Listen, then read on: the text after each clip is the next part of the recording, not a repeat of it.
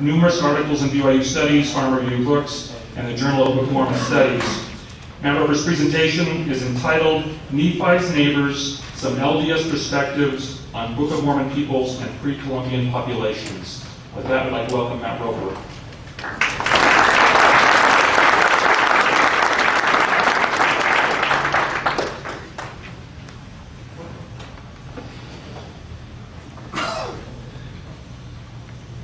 The Book of Mormon recounts the migration of 3 small colonies from the Old World to the New.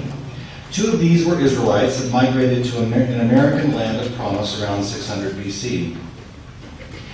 Many contemporary Latter-day Saints understand the Book of Mormon as reflecting events which occurred in a relatively restricted region of ancient Mesoamerica. During and after those events, according to this view, migrants from these lands may have spread throughout other parts of North and South America, carrying ideas and elements of Mesoamerican culture as well as genes. However, they also believe that pre-Columbian populations of the Americas include within their ancestry many other groups than those mentioned in the Book of Mormon text. Recently, some vocal critics of the Church of Jesus Christ have complained that Latter-day Saint scholars, especially those associated with farms, reinterpret Lamanite identity in the latter part of the 20th century.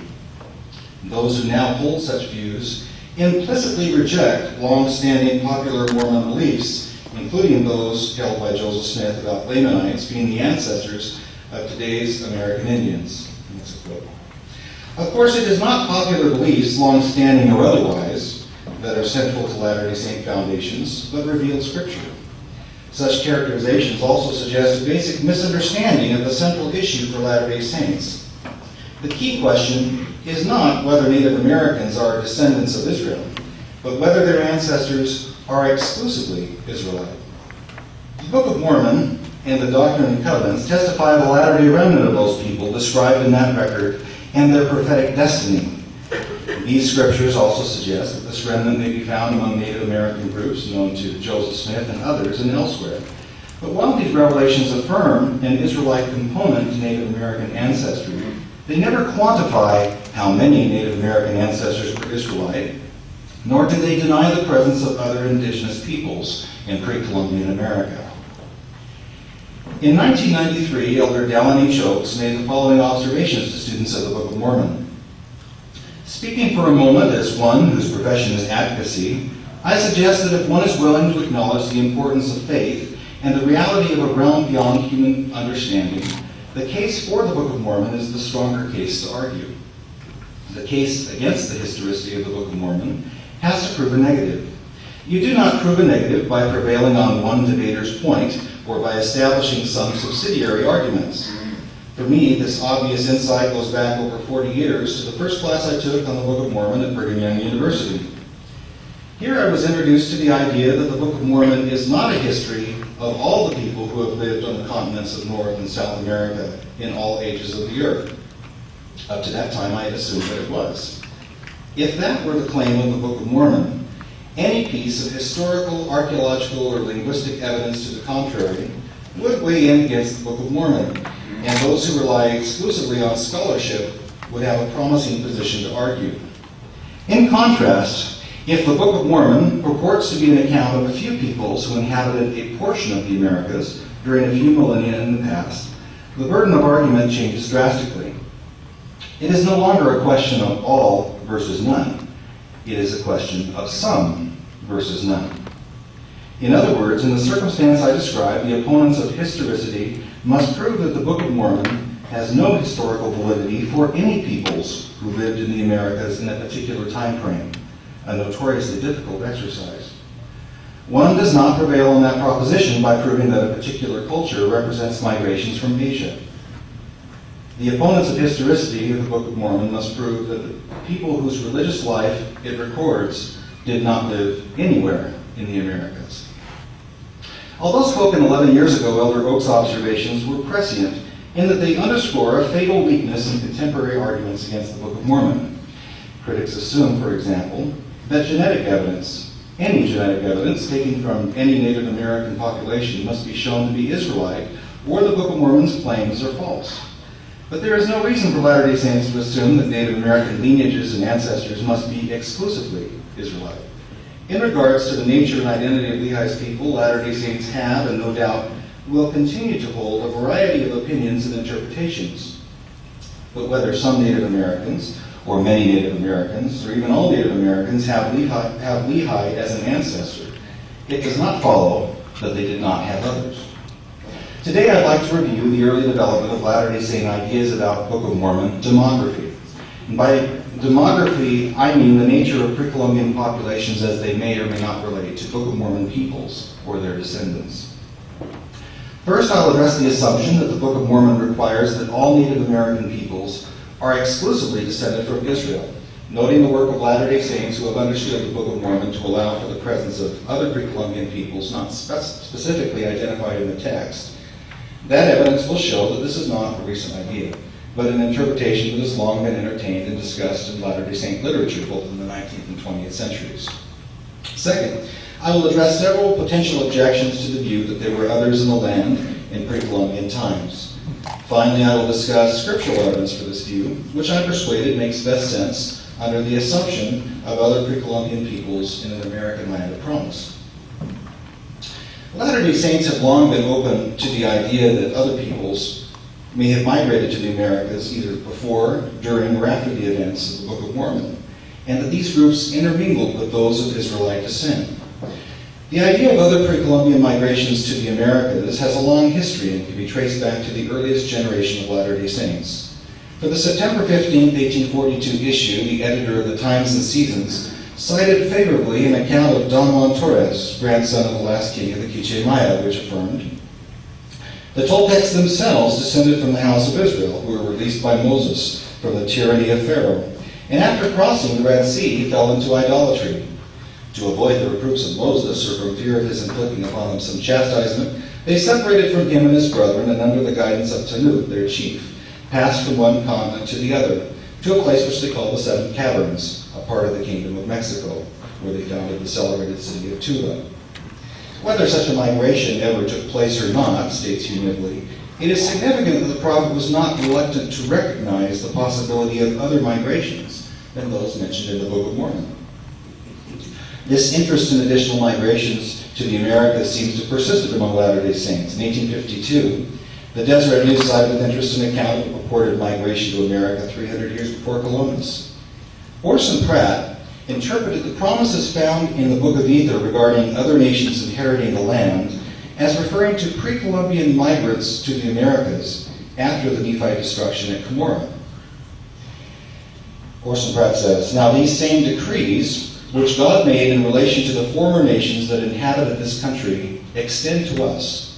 Whatever nation, the Lord said, shall possess this land from this time henceforth and forever, shall serve the only true and living God, or they shall be swept off when the fullness of his wrath shall come upon them. Since this ancient decree by Moroni, there are many nations who have come here, and lastly, Europeans have come from what is termed the Old World across the Atlantic." Now, it's significant that Pratt, who was one of the earliest converts to Mormonism and did much to popularize the so-called hemispheric model of Book of Mormon geography in the 19th century, apparently had no difficulty asserting that many other nations came to the Americas in the interval between Nephite destruction and the European arrival. While Pratt never seems to have explored the demographic implications of this view, it is clear that such migrations would significantly expand the meaning of the term Lamanite to include many pre-Columbian groups and peoples and lineages in addition to those descended from Lehi or Muley. In an article published in 1875, George Ottinger explored the idea advanced by some scholars of the day, suggesting that the Phoenicians may have helped to colonize the Americas in pre-Columbian times. After surveying this literature, he concluded that the Phoenicians at one time held intercourse with Jared's people. In 1887, another Latter-day Saint writer surmised that both Lehi's people and the Jaredites were contemporary co-workers in the work of civilizing the Aborigines of the Promised Land. Note the reference to Aborigines before the Jaredites. He viewed the account of Mosiah's union with the people of Zarahemla as evidence for the existence of indigenous people already in the land when they arrived. Mosiah, who had to teach the Nephite language to the Zarahemlans, For though the parents of both people had come from Jerusalem at about the same time, and must have then had the same verbiage, their offspring took rather to their mothers, as was but natural. Probably those Aborigines' mothers were more numerous and influential than their Hebrew husbands. This is in 1887.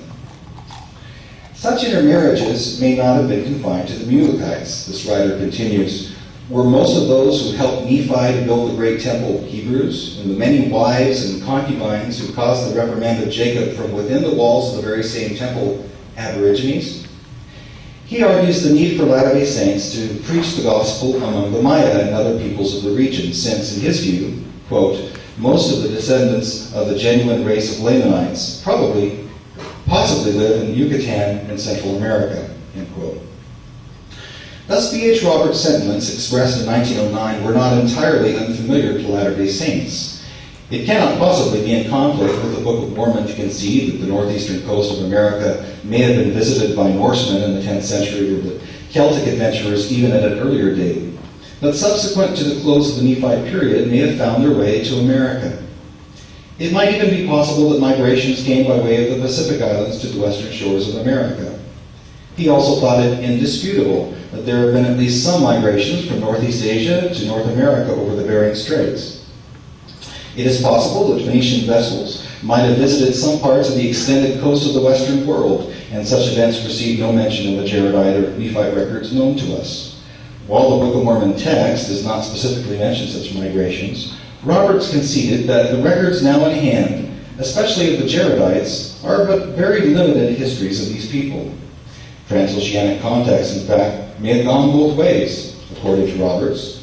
It is not impossible that between the close of the Nephite period and the discovery of the Western world by Columbus, American craft made their way to European shores. Thus, even in Jaredite and Nephite times, voyages could have been made from America to the shores of Europe, and yet no mention of it be made in Nephite and Jaredite records now known. One of the most influential writers in the Book of Mormon in the early 20th century was Jan Shodal. In 1921, in an article published in the Church's Improvement era, Shodal observed that the Book of Mormon has nothing to say about the occupation of America by man before the arrival of the Jaredites. If scientists find beyond controversy that there were human beings here before the building of the tower, in fact, before the flood and way back in the glacial ages, the author of that volume offers no objection at all. They do not touch that question. They only assert that the Lord led the brother of Jared and his colony to this country shortly after the dispersion. And they give the briefest possible outline of the political and ecclesiastical history of their descendants until their final overthrow. This has never been and cannot be disputed on scientific grounds. If America was occupied by any race of people, pre-Jaredites, we may call them, information concerning them must be gathered not from the Book of Mormon, but from geological strata or from archaeological remains extant. Are there in this country any Indians that are not descendants of the first Hebrew settlers? That is a question for scientists to answer. The Book of Mormon gives no direct information on that subject. It confines itself strictly to the history of the descendants of Lehi and Mulek. If science, after careful examination of the physical characteristics of present-day Indians, their languages, their religious ideas, their myths and traditions, and their social institutions, should declare that there are evidences of other influences, that would not affect the authenticity of the Book of Mormon in the least. End quote. In another article published in the Improvement era in 1927, Shodal discussed 4 divergent models of Book of Mormon geography, including several that placed the Book of Mormon events in the region of Central America.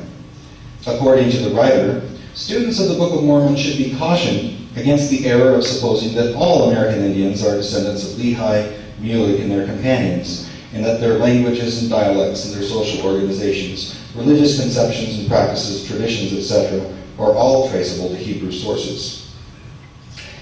He did not find it improbable, quote, that America has received other immigrants from Asia and other parts of the globe who may have introduced new creeds and institutions, although not mentioned in the Book of Mormon. He also suggested that long before the so-called Classic Maya period, the descendants of Lehi had invaded this region and assimilated with the people preceding them. In 1928, Latter-day Saint engineer Gene Driggs published a brief but cogently argued pamphlet suggesting, based on the scriptures in the Book of Mormon text, that the Book of Mormon was a record of a minority people. It should not be expected, he said, that a study of the Book of Mormon lands will account for all the ancient monuments and cultural phases of this continent, any more than the Bible should account for all the civilizations of the Eastern continent. In April of 1929 General Conference of the Church, President Anthony W. Ivins of the First Presidency counseled the saints as follows: "We must be careful in the conclusions that we reach. The Book of Mormon teaches the history of three distinct peoples, or two peoples and three different colonies of people who came from the Old World to this continent. It does not tell us that there was no one here before them. It does not tell us that people did not come after. And so, if discoveries are made which suggest differences in race origins, it can very easily be accounted for and reasonably, for we do believe that other people came to this continent."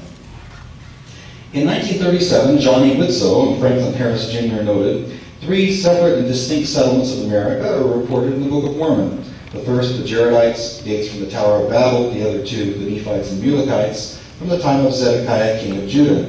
There may also have been others not recorded in the book or known to the ancient authors."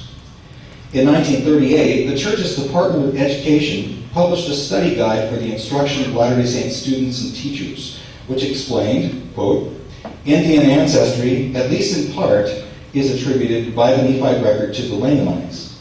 However, the Book of Mormon deals only with the history and expansion of three small colonies which came to America, and it does not deny or disprove the possibility of other migrations, which probably would be unknown to its writers. Jewish origin," the study guide further stated, "may represent only a part of the total ancestry of the American Indian today." A parallel is found in the Bible writings, which mention only a small portion of the Old World geographical areas and its people, even though Palestine was the land bridge of ancient civilizations. The Hebrew writers mentioned other lands and people only when they came in contact with them. In a 1950 article for the Church's Relief Society magazine, Elder Antoine Ivins, the son of President Anthony Ivins, observed that terms such as Nephite and Lamanite often referred to more than strict biological categories. Quote, "We are in the habit of thinking of all indigenous groups who were upon the land of the Americas when Christopher Columbus landed here as Lamanites. I wonder if we are justified in this assumption. Over 1,000 years elapsed between the final destruction of the Nephites and the arrival of Columbus to the Americas. During this time, great changes may have taken place in the populations of the Americas, and among these changes may have been migrations of other groups to America. While the Book of Mormon tells of the migration of the Jaredites, Mulekites, and Lehites, Latter-day Saints need not suppose that they were the only ones. There may have been other peoples," he says, "whom the Nephites never discovered living then on this great land. Or, as suggested, others may have come later. The very wide differentiation in the languages of native races of the Americas would seem to indicate this possibility."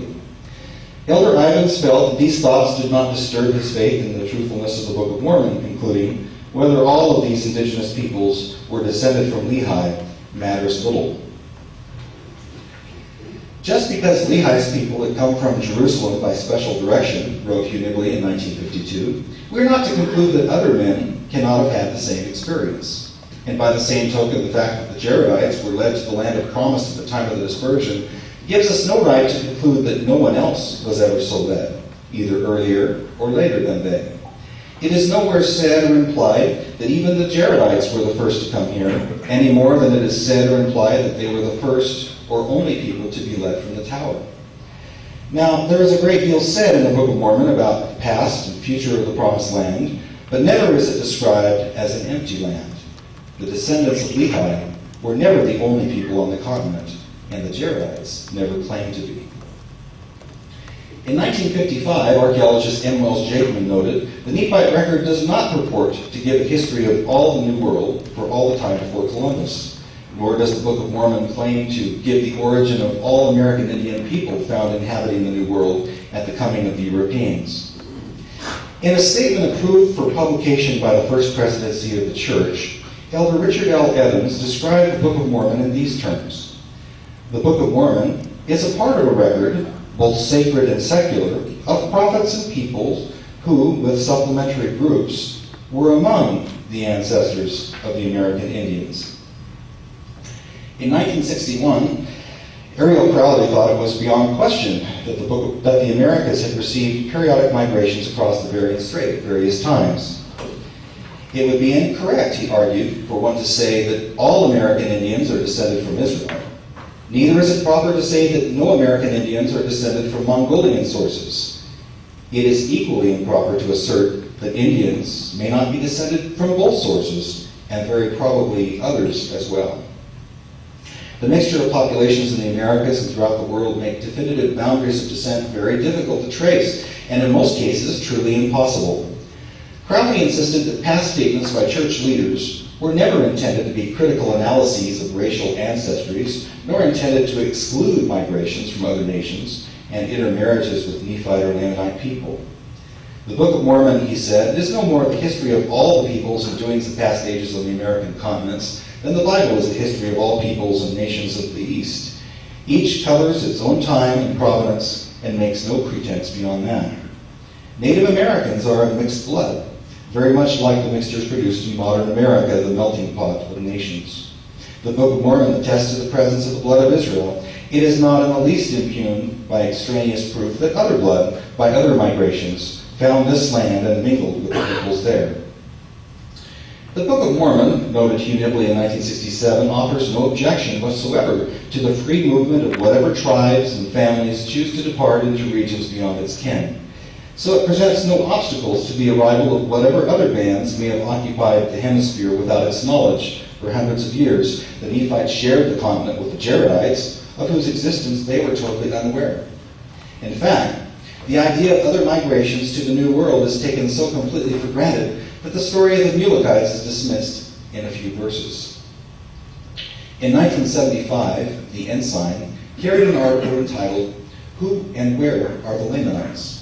In addition to being descended from Lehi, Ishmael, Zoram, and Mulek, the author notes that latter-day Lamanites may also be descended from other groups of whom we have no record. Certainly they have mixed with many other lineages at the far reaches of their dispersal in the Americas and most of the islands of the Pacific since the time when Moroni bid them farewell in AD 421. Yet notwithstanding the mixed nature of these groups, they all have a legitimate claim to the blessings of the Abrahamic covenant. In 1976, in an article published for the Church's Liahona magazine, Ross Christensen notes the diversity in Native American languages made it clear that the original forefathers of the Indians came from diverse ethnic groups from many distant lands in the Old World. For this reason, it is impossible to declare with certainty that all American Indians are Lamanites. The Book of Mormon does not make this claim, although it is affirmed by some members of the Church.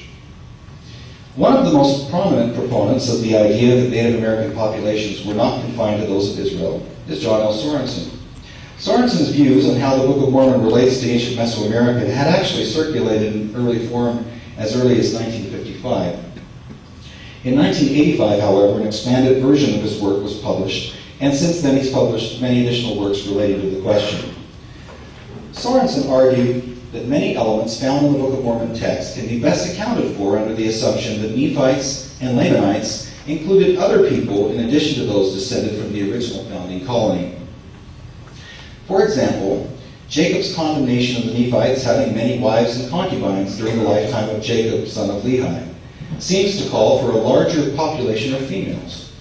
Male casualties in battle involving such tiny numbers could hardly have been very many. The only alternative explanation for a female surplus would have been the incorporation of other people. Similarly, the activities and words of Sharon also support this view. Jacob says, "There came a man among the people of Nephi whose name was Sharon." In his conversations with Jacob, Sharon indicates that he sought much opportunity to speak unto you, for I have heard and also know that thou goest about much preaching what ye call the doctrine of Christ. Sorensen estimates the population of actual descendants of the Nephite colony could not have exceeded 50 by that time, hardly enough to populate a small village. Jacob, as head priest and religious teacher, would routinely have been around the Nephite temple in the cultural center, at least on all holy days. How then could Sharon never have seen him?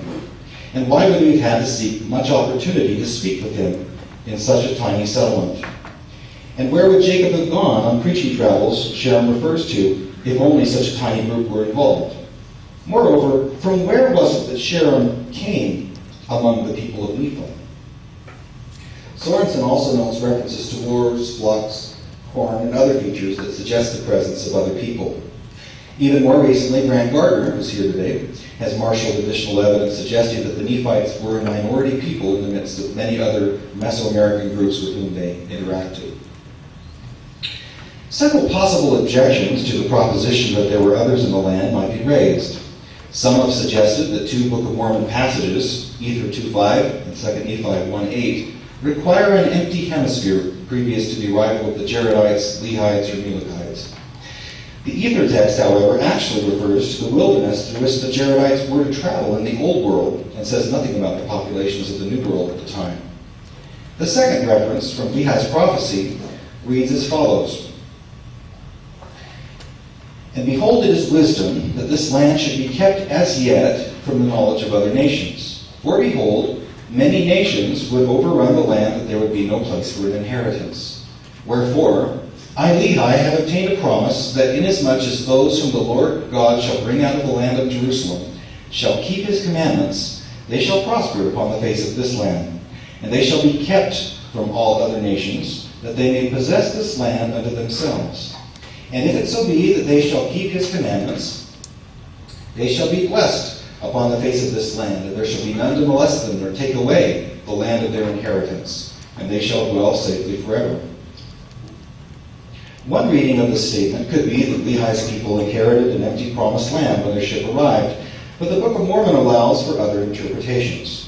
Is there a distinction, for example, between nations and other social groups? Lehi would have been familiar with nations such as Babylon or Egypt, who had well-organized armies, capable of sophisticated warfare and extending their power over large distances. Lehi's prophecy could allow for smaller societies which did not yet merit the description nations. Second, to possess this land unto themselves does not necessarily mean to be the only inhabitant, but can also mean that one has the ability to control and exercise authority over the land and its resources. Significantly, however, even Lehi's statement about other nations is conditional. Lehi indicates that the promised protection from threatening nations would be removed when his children dwindled in unbelief.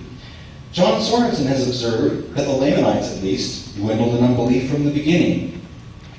How then could Lehi's prophecy about other nations being brought have been kept long in abeyance after that? Furthermore, the early Nephites generally did the same thing within a few centuries. Their wickedness and apostasy culminated in the escape of Mosiah and his group from the land of Nephi to the land of Zarahemla. And if the Lord somehow did not at those times bring in other nations, then surely he would have done so after Mormon, 1100 years prior to Columbus. Even if there were no massive armed invasions of strange groups to be reported, we need not be surprised if relatively small groups of strange people who were neither so numerous nor so organized as to be rivals for control of the land could have been scattered or infiltrated among both Nephites and Lamanites without their constituting the other nations in the threatening sense of Lehi's prophecy. Thus, in terms of Lehi's prophecy, others could and probably even should have been close at hand and available for the Lord to use as instruments against straying covenant peoples at any time after the arrival of Nephi's book. Old Testament prophets would have led Lehi's people to expect to be placed in a new land in the midst of other people. The prophets of ancient Israel had foretold that the tribes of Israel would be scattered among all people, removed into all the kingdoms of the earth, and would become wanderers among the nations. Further, Moses informed them, "The Lord shall scatter you among the nations, and you shall be left few in number among the heathen, whither the Lord shall lead you." These prophecies made plain that the whole house of Israel was subject to be scattered among non-Israelite peoples who would be more numerous than they. Lehi taught his children that they should consider themselves to be a part of this scattering. "Yea, even my father spake much concerning the Gentiles, and also concerning the house of Israel, that they should be compared like unto an olive tree, whose branches should be broken off, and should be scattered upon all the face of the earth. Wherefore, he said, it must needs be, that we should be led with one accord into the land of promise, unto the fulfilling of the word of the Lord, that we should be scattered. The allegory of the olive trees recounted by Jacob spelled their fate out even more plainly. Branches broken off the tame tree, which represented historical Israel, were to be grafted onto the roots of wild trees, meaning non-Israelite groups. In other words, there was to be a demographic union between two groups, young and tender branches from the original tree, Israel, represented as being grafted onto wild rootstock in various parts of the vineyard or the earth. Jacob 5:25 and 43 clearly speak of Lehi's people being represented by such a broken off branch. That branch was to be planted in the choicest spot of the vineyard. In that prime location, the Lord had already cut down that which covered the spot of ground, clearly a reference to the destruction of the Jaredites. In addition, the statement that one part of the new hybrid tree brought forth good fruit, while the other portion brought forth wild fruit, is an obvious reference to the Nephites and Lamanites respectively. So the Lehite tree of the allegory was constituted of a geographically transplanted population from the original Israelite promised land that was grafted onto a wild root, joined with non-Israelite people. Note that the Lord considered the new root to be good despite its being wild. This allegorical description requires that the non-Israelite root, other peoples in terms of this discussion, already be present on the scene where the young and tender branch, Lehi's group, would be amalgamated with them.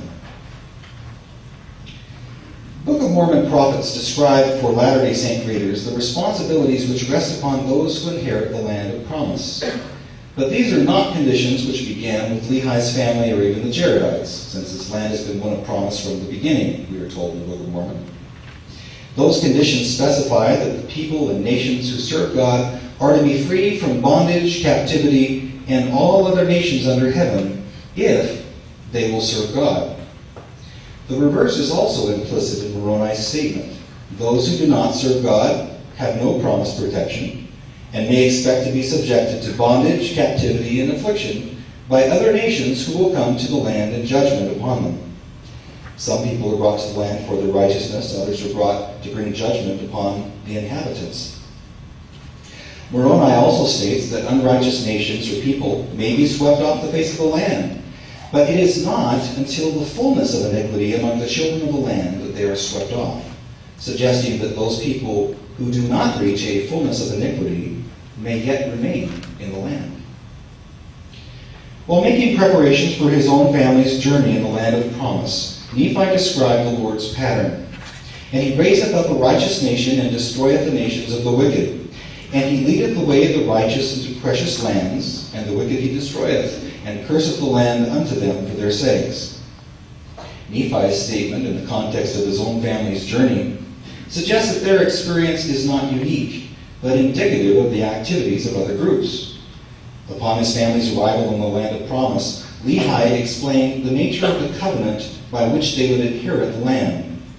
The Lord had led them out of the land of Jerusalem. But, said he, notwithstanding our afflictions, we have obtained a land of promise, a land which is choice above all other lands, a land which the Lord God hath covenanted with me, should be a land for the inheritance of my seed. Yea, the Lord hath covenanted this land unto me, and to my children forever, and also all those who should be led out of other countries by the hand of the Lord. Now we know that the Mulekites were, like the Lehites, led out of the land of Jerusalem by the hand of the Lord. But Lehi's reference to other countries suggests countries other than the land of Jerusalem. As modern readers, we may include modern Gentile peoples who migrated to this hemisphere in that category. Yet Lehi does not limit the application to post-Columbian Gentile groups. Their identity is left open and unspecified. Wherefore this land is consecrated unto him whom he shall bring. And if it so be that they shall serve him according to the commandments which he hath given them, it shall be a land of liberty unto them. Wherefore they shall never be brought down into captivity. If so, it shall be because of iniquity. For if iniquity shall abound, cursed shall be the land for their sakes. But unto the righteous it shall be blessed forever. Now Lehi's words parallel similar promises in the Book of Mormon and Latter-day Saint Revelation. Cursed, let me just read a few of these. Cursed shall be the land, yea, this land, unto every nation, kindred, tongue, and people, unto destruction, which do wickedly when they are fully ripe. And thus the Lord did pour out his blessings upon this land, which was choice above all other lands, and he commanded that whoso should possess the land should possess it unto the Lord, or they should be destroyed when they were ripened in iniquity. For upon such, saith the Lord, I will pour out the fullness of my wrath. And I said unto them, this one's from the Doctrine and Covenants, and I said unto them, it should be granted unto them according to their faith and their prayers. Yea, this was their faith. It's talking about ancient Nephite prophets. This was their faith, that my gospel, which I gave unto them, that they might preach in their days, might come unto their brethren the Lamanites, and also all that had become Lamanites because of their dissensions. Now this is not all. Their faith and their prayers was that this gospel should be made known also, if it were possible, that other nations should possess this land. And thus they did leave a blessing upon this land in their prayers, that whosoever should believe in this gospel in this land might have eternal life, yea, that it might be free unto all of whatsoever nation, kindred, tongue, or people they may be. The language of the scriptural promises concerning the land then is open-ended. They refer to whoso should possess the land, whatsoever nation, he that doth possess it, all men who dwell upon the face thereof. Whosoever should believe in this gospel in this land, all of whatsoever nation, kindred, tongue, or people they may be. The covenant conditions under which the blessings may be inherited are explained in the Book of Mormon, while the identification of who may do so is left unspecified and open-ended in terms of both identification and time. Whoever they are, whenever they come, whatever their origins, the Book of Mormon makes clear, this land is consecrated unto him whom he shall bring. After telling us that Laman and Lemuel and the sons of Ishmael were angry at Nephi because of the admonitions of the Lord, and were planning to kill him, Nephi then states, And it came to pass that the Lord did warn me that I, Nephi, should depart from them and flee into the wilderness, and all those who would go with me. Wherefore it came to pass that I, Nephi, did take my family, and also Zoram and his family, and Sam, mine elder brother, and his family, and Jacob and Joseph, my younger brethren, and also my sisters, and all those who would go with me. And all those who would go with me were those who believed in the warnings and revelations of God, wherefore they did hearken unto my words. Here Nephi tells us at the time the Nephites and Lamanites separated, he was accompanied by his own family, Zoram and Sam and their respective families, his younger brothers Jacob and Joseph, and his sisters, and also all those who would go with me. Who were these others who, in addition to those named by Nephi, believed in the warnings and revelations of the Lord? The most likely answer seems to be that there were other people in the land, not of Lehi's family, who were willing to follow Nephi. Significantly, at this point in the text, Nephi introduces for the first time the term people of Nephi. For the first time in reference to his followers, a term that may be suggestive of a larger society which now includes more than his immediate family. It is also at this point that the term Lamanite first appears. Nephi states that he made preparations to defend his people, lest by any means the people who were now called Lamanites should come upon us and destroy us, for I knew their hatred toward me and my children, and those who were called my people. As demographer James Smith has observed, one reading of the latter phrase is that Lamanites is a new name for the family and followers of Laman, Nephi's brother enemy from whom they fled. Another possible reading is that some people, not previously called Lamanites, were now so called presumably because of Laman's affiliation with them. After explaining how he and his people separated themselves from Laman and Lemuel and the sons of Ishmael and their people, and having told how the people of Nephi became established in the land, Nephi quotes a prophecy of the Lord. And cursed shall be the seed of him that mixeth with their seed, for they shall be cursed even with the same cursing. And the Lord spake it, and it was done.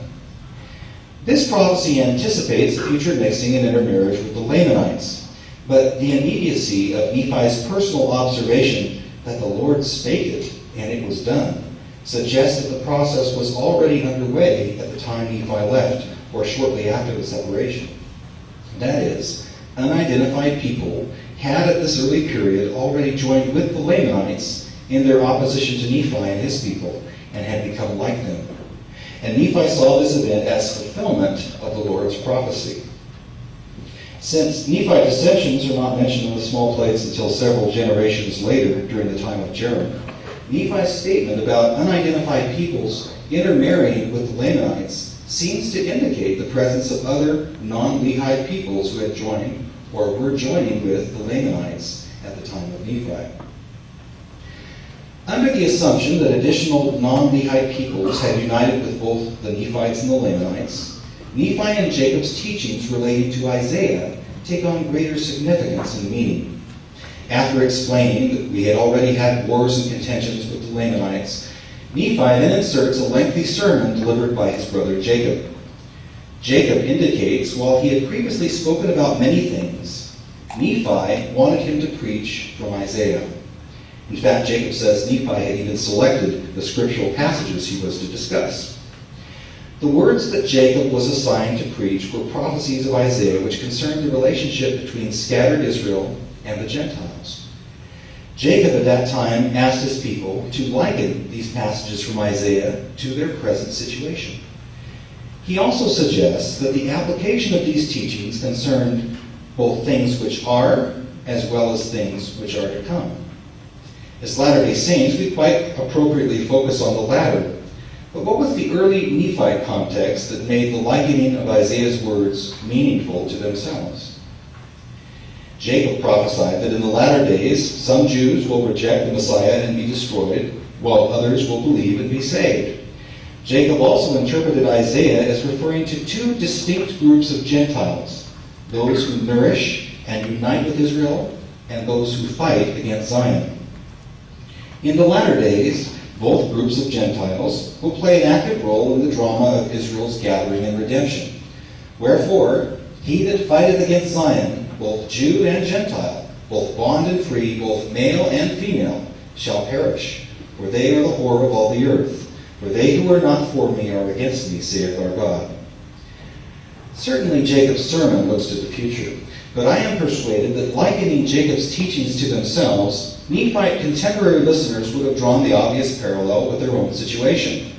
As a branch of scattered Israel in the new land of promise, they sought to establish Zion, but were opposed, hated, and persecuted by their former brethren.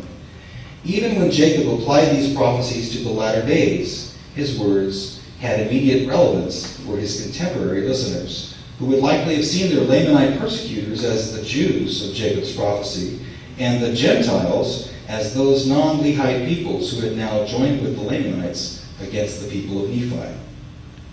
However, in his application of Isaiah to the Lehites, Jacob explained that not all Gentiles would oppose Zion. Some Gentiles would be joint heirs with the people of Lehi in the blessings of the land.